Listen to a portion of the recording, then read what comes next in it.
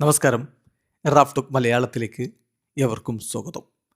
ISLുമായി ബന്ധപ്പെട്ട് ഇന്നലെ ചർച്ചിൽ ബ്രദേഴ്സ് ജംഷഡ്പൂർ FCയെ ഏറ്റെടുത്ത കാര്യം പുറത്തേക്ക് വന്നിരുന്നല്ലോ. ഒരു നോമിനൽ എമൗണ്ട്, ഒരു ടോക്കൺ കൺസിഡറേഷൻ എന്ന രൂപത്തിൽ 100 റുപ്പീസിനാണ് ആ ഒരു ഹാൻഡ് ഓവർ നടന്നത്.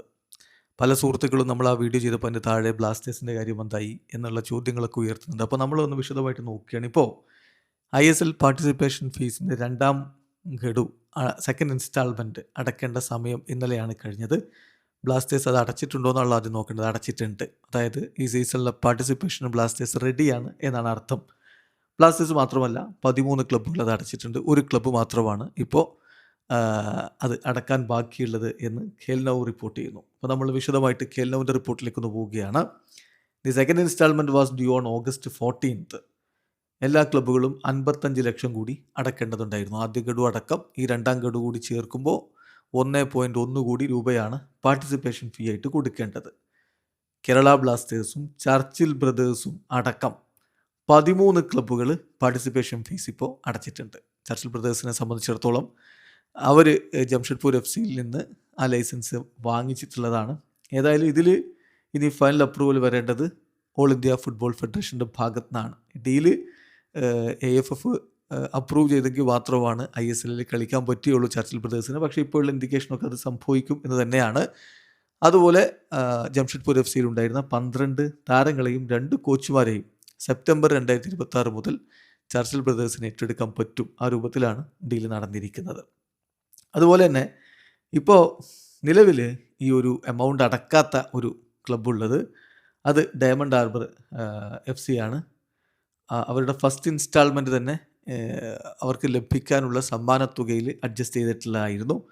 ദെൻ സെക്കൻഡ് ഇൻസ്റ്റാൾമെൻറ്റ് അവർ അടക്കുമോ ഇല്ലയോ, ജസ്റ്റ് വെയിറ്റ് ആൻഡ് സി എന്നുള്ളതാണ് ഇപ്പോൾ പറയാൻ കഴിയുക.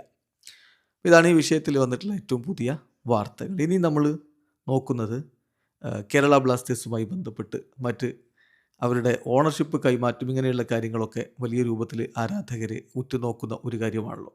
അപ്പോൾ നമ്മൾ ആശിഷ് നേഗി കഴിഞ്ഞ ദിവസം ഇതുമായി ബന്ധപ്പെട്ട് അദ്ദേഹത്തിൻ്റെ ലൈവിൽ കുറച്ച് കാര്യങ്ങൾ പറഞ്ഞിട്ടുണ്ടായിരുന്നു. അപ്പോൾ അതൊക്കെ ഒന്ന് നമ്മൾ പരിശോധിക്കുകയാണ്. അതിൽ പറയുന്നത് കേരള ബ്ലാസ്റ്റേഴ്സ് നിലവിൽ താരങ്ങളെ ഷോർട്ട് ലിസ്റ്റ് ചെയ്തിട്ടുണ്ട്. ഇനി ഇൻവെസ്റ്റ്മെൻറ്റ് ഡീല് കംപ്ലീറ്റ് ആവാൻ വേണ്ടി വെയിറ്റ് ചെയ്യുകയാണ്. അതാണല്ലോ പല താരങ്ങൾ. ഇപ്പോൾ സച്ചിനൊക്കെ പോയി, അപ്പോൾ സച്ചിൻ അടക്കം പോയി, ഏറ്റവും ഒടുവിൽ അദ്ദേഹം പോയല്ലോ. അപ്പോൾ അങ്ങനെ കുറേ താരങ്ങൾ പോയി നിൽക്കുകയാണ്. ബ്ലാസ്റ്റേഴ്സ് സീസൺ കളിക്കില്ലേ, പുതിയ സൈനിങ് ഒന്നും നടക്കുന്നില്ലല്ലോ, ഇങ്ങനെയുള്ള ആശങ്കയ്ക്കുള്ള മറുപടിയാണത്. ബ്ലാസ്റ്റേഴ്സ് താരങ്ങളെ ഷോർട്ട് ലിസ്റ്റ് ചെയ്തിട്ടുണ്ട്. ഇനി വേണ്ടത് ആ ഡീല്, അതായത് ഓണർഷിപ്പ് കൈമാറ്റ ഡീല് ഫൈനലൈസ് ചെയ്യപ്പെടണം. അതിന് വേണ്ടിയിട്ട് വെയിറ്റ് ചെയ്യുകയാണ്. കേരള ബ്ലാസ്റ്റേഴ്സിൻ്റെ ഡീൽ എന്തുകൊണ്ട് ഇങ്ങനെ വൈകുന്നു എന്നുള്ളൊരു ചോദ്യം സ്വാഭാവികമായിട്ടും ആരാധകർക്കുണ്ട്. അതിനുള്ള ഉത്തരത്തിൽ അദ്ദേഹം പറഞ്ഞത് കേരള ബ്ലാസ്റ്റേഴ്സിന് സുപ്രീം കോർട്ടിൻ്റെ പെർമിഷൻ വേണം to complete the investment deal.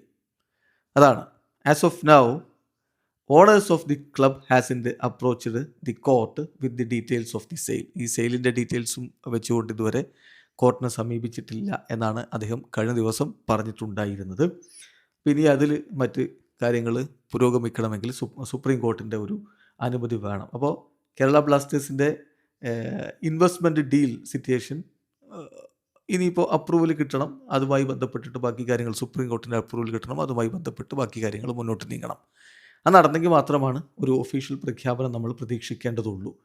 പിന്നെ കേരള ബ്ലാസ്റ്റേഴ്സിൻ്റെ ന്യൂ ഇൻവെസ്റ്റേഴ്സിൽ ആരൊക്കെയുണ്ട്, അതാണ് അറിയേണ്ട മറ്റൊരു ചോദ്യം. അതിൻ്റെ മറുപടി അദ്ദേഹം പറഞ്ഞത് ന്യൂ ഇൻവെസ്റ്റേഴ്സിൽ ഇന്ത്യയിൽ നിന്നുള്ളതും അതുപോലെ തന്നെ പുറത്തു നിന്നുള്ളതുമായിട്ടുള്ള മെമ്പേഴ്സ് ഉണ്ട്. But majority of them has connection with Kerala.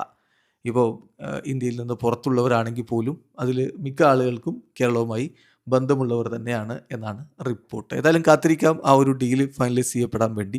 അതിനുശേഷം മാത്രമേ ബാക്കി കാര്യങ്ങൾ ഒഫീഷ്യലി നടക്കുകയുള്ളൂ. അതിനുശേഷം മാത്രമേ താരങ്ങളെ സൈൻ ചെയ്യാനും മറ്റുമൊക്കെ സാധിക്കുകയുള്ളൂ. വീഡിയോ അവസാനിക്കുന്നു. ഫുട്ബോൾ ലോകത്തെ കൂടുതൽ വിശേഷങ്ങളുമായി റാഫ് ടോക്സ് എത്താം.